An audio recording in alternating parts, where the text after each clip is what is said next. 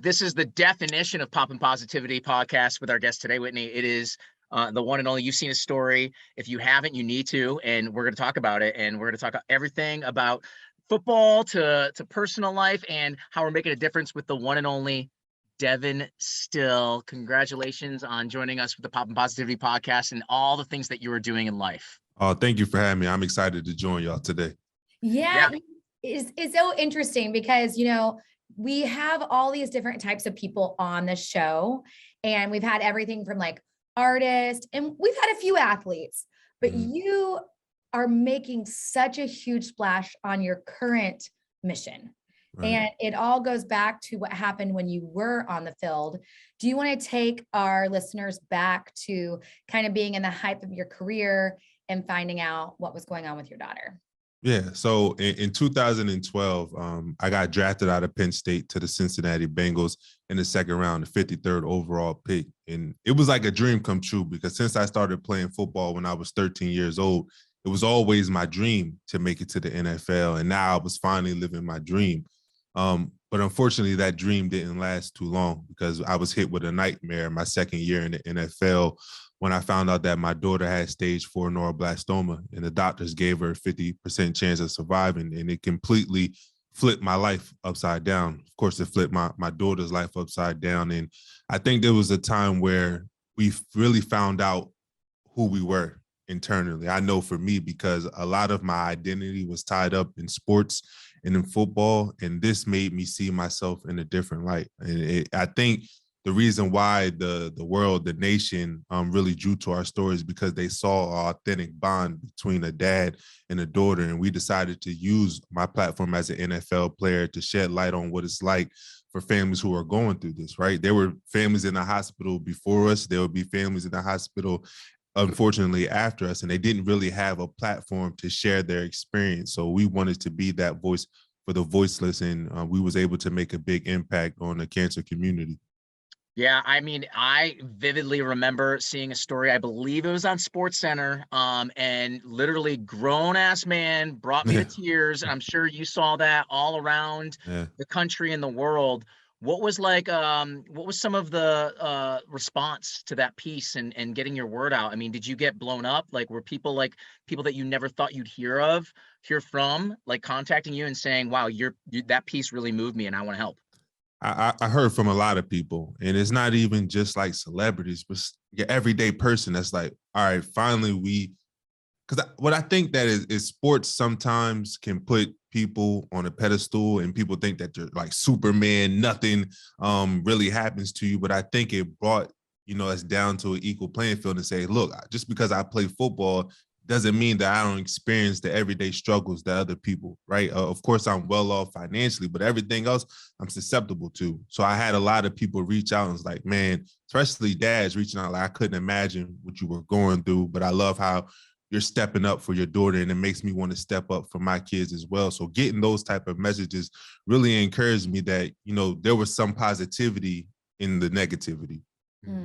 Well, and you just said something and you were like, yeah, we're on the same playing field. Yeah, we might have a little bit more money. Well, with that, you took your influence and your affluence and you decided to really help kids that might need help, that are in similar positions. Let's talk about what you actually discovered in the hospital. And you were like, okay, I'm gonna help that kid. Yeah. So when Leah first got diagnosed and our story was in the public, people kept reaching out like, do you have a nonprofit foundation? We want to donate to it. And I'm like, I don't really want to start one right now because I know that nonprofits are normally here today and going tomorrow. And I really want to find out what is the biggest pain point of this community so I can really step in and help. And during one of our visits in the hospital when Leah was getting chemo, she would love to go to the arts and craft room to paint in order just to pass the time of being in the hospital. And one day we walked into the arts and crafts room and there was a little 8-year-old girl sitting there at a table by herself, and she had an IV pole behind her left shoulder with an IV drip pouring into the Broviac catheter that dangled from her chest. And me and Leah both looked at each other, basically giving a head nod that we were going to go sit with her so she wasn't by herself. And when we sat down with her, probably like 5 minutes into us coloring, she just started to open up to us, and she started to tell us how she came from a single parent household, and she spent a lot of time in the hospital by herself because her mom had to go back and forth from work so that they had a house to go home to when they weren't in the hospital. And it crushed me because I had to make that decision to leave my daughter's bedside to go out to Cincinnati while she was being treated in Philadelphia so that I had the health insurance to help cover the costs. So I reached out to the little girl's mom and I offered to pay her bills so that she can spend more time in the hospital with her daughter. But as I spent more time in the hospital, I realized that this wasn't an outlier. This wasn't an isolated incident. But normally when we're on the cancer floor, all of our doors are shut, right? Because our kids' immune systems are low. We have to keep the germs away from them. But there would be certain rooms when I would walk down the hallway where the doors were open and you can see the cribs inside of those rooms. And one day I asked the nurse, I was like, how come y'all leave these doors open? And she was like, well, when we have the doors open, that means that the parents can't be here to be with their kids. So while we're making our rounds, we can just pop our head in and check on them. And I'm telling her, these are babies under 1 year old by themselves in the crib, sometimes crying and stuff. And it's just like, man, it's already tough to watch a kid go through this, but when you watch them go through it alone, it does something to you. So we decided to start the Still Strong Foundation, where we financially assist parents who are, battling childhood cancer, and we pay their household bills so they don't have to make that decision on whether to be there by their child's bedside or if they have to go to work to keep the lights on.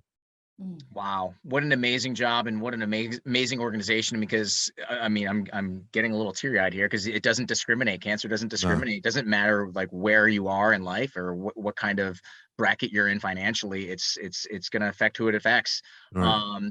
Talking about Leah and what she would think about what you created and how proud she would be of you. What do you think? I think she's extremely proud of me. She's extremely proud of herself because, like I tell everybody, no, it was my platform, but it was her story. Like, it was her battle. And if she didn't give me permission to talk about it, nobody would ever know about it, because I'm not just going to put that out there without her being comfortable. So she took on a lot, having to fight this in the public eye. And I think that, by us starting the foundation, everything we're doing now, she's starting to see the purpose in her pain. Like, one of the things I wanted to make sure is that if she had to go through this battle with cancer, it wouldn't be in vain. That something positive will come out on the other side. And we're seeing that happen now. One thing I know is that in her story, there was a lot of ups and downs. There was one time you were doing this one trial and you thought it would go well, and they said it's actually spread all over her body. And then you tried another one that they thought might work, and that actually did end up working. Right. I know all this because I had you on my show. But with that, for the listener right now, that, I mean, in everyday life, in the pandemic, in the world that we're living in now, there's a lot of ups and downs. I want to know what got y'all through those really low moments. Our strengths. I think a lot of times when we're going through hardship, we look at everything that's wrong with us. Like, for instance, Leah was battling cancer. Clearly, there was something wrong with her health. And if we continued to focus on just that aspect of her battle with cancer, we would have experienced a lot of negative emotions, right? But we focus on our strengths, like our humor that we have together, our love for learning, our courage. And we just poured into those strengths so that we can create as many positive moments as possible, right? Because being positive is not about eradicating all the negative in your life. It's about choosing to focus on the positive, pouring more positive into your life than there are negative moments. And when we did that, that's when that shift really happened in our fight with cancer. Brady, I think we just found a new co-host. No, take my hat. It's all yours, Devon. I mean, the positivity is oozing, and it's amazing, and it's a reminder that don't take things for granted. Everyday things that Whitney and I talk about all the time. I'm always like, man, how good is water, right? Like, it's simple things. Running water is so good. But I got to ask you, from the pop side here, I spent a little time in Happy Valley. It was one of my very first radio jobs. It was very short-lived, but I spent some time there. Happy Valley is a fun little town, isn't it? It is. It was a complete culture shock for me, first of all. So it shocked me when I first got there because people are literally happy every single day. And I didn't really understand that, but it definitely rubs off on you. To me, it was like more like a family environment. Like everybody was there for each other. When if you ever needed help, people will be willing to step up. And it shift my perspective on life. I think that truly changing your environment can actually change your life. And it did that for me. Well, and I want to go to the pop side too, because we all just watched the Super Bowl. I think we're probably right around the same age. Was that halftime show not the best? Did you? It was amazing. No, it what would you have thought if you were on the field? I mean, obviously in the locker room during halftime, y'all aren't watching the stuff. That is the worst. So playing in the Super Bowl is an amazing, but the worst thing is you missed the halftime show. But I think that they did a great job at the halftime show and really just bringing that LA culture, that LA vibe to the Super Bowl. I don't think that you could have had anybody else perform there. What do you think? What do you think of the outlook for your Bengals, man? I mean, we are on the rise, right? Man, I thought that we was going to be able to pull it off this past Super Bowl, but I think that when you're able, of course, that initial hit of losing a Super Bowl, it hurts. But again, when you go into the offseason, you can go into the offseason with your heads held high because past 2 seasons, y'all had a very bad record. And to come back and be in a Super Bowl, it shows you what the future holds for you. As long as you just stay focused and stay consistent and do the things that you did this past season going into next season. Well, one thing we always ask here on the show, and for you, I feel like this could be a lengthy one because you're doing so much while you're here on Earth, but we want to know, what do you want your legacy to be? Man, that's a great question.